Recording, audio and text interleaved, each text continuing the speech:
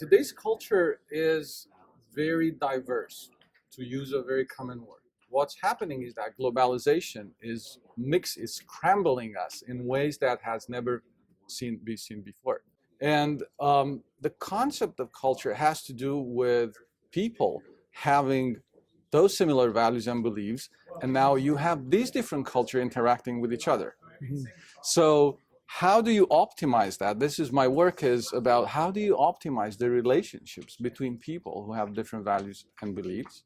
So does one side have to change their beliefs and values to conform with the other? That's the old-fashioned way of thinking. My way of thinking, and is related to what is called cultural intelligence, is how can I be myself, the person who I am, with my values and beliefs? How can you be yourself with your values and beliefs? And what is the optimal relationship we can have within a given setting? And in this case is within an organization, right? And within this relationship, how can I create with my values and beliefs as much value as I can for you, and you create more value for me, and we both, get rewarded for that. Think about this, like let's talk about national culture, right? We're in the Silicon Valley here. So you have a company that has employees from, let's say, Sweden, India, Romania, Israel, and then from New York, right? These people are born in a certain context, in a certain culture. And the basic idea to this is that between 0 and 10 years old, we grow up in a certain environment and we absorb, mostly at an unconscious level, certain values, certain beliefs, and certain attitudes. And this is where I work with people doing coaching or doing evaluations about how to discover the beliefs that inform their behavior. Some people are more animated when they talk about something or when something touches them.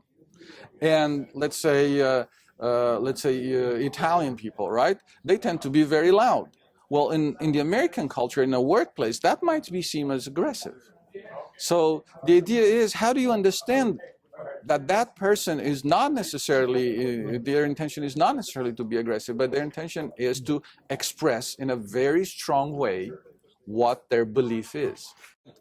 One thing that people do not know how to quantify is the passion, as well as an inner need to affirm oneself.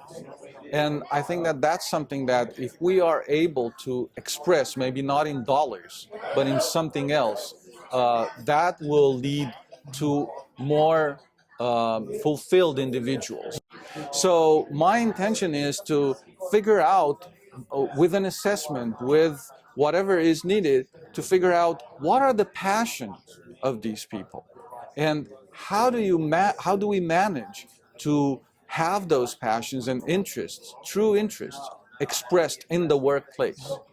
And if I am able to match those people with those jobs, or even, as David says, create new jobs that match their own passions and needs, then I think that that's a people-centered economy.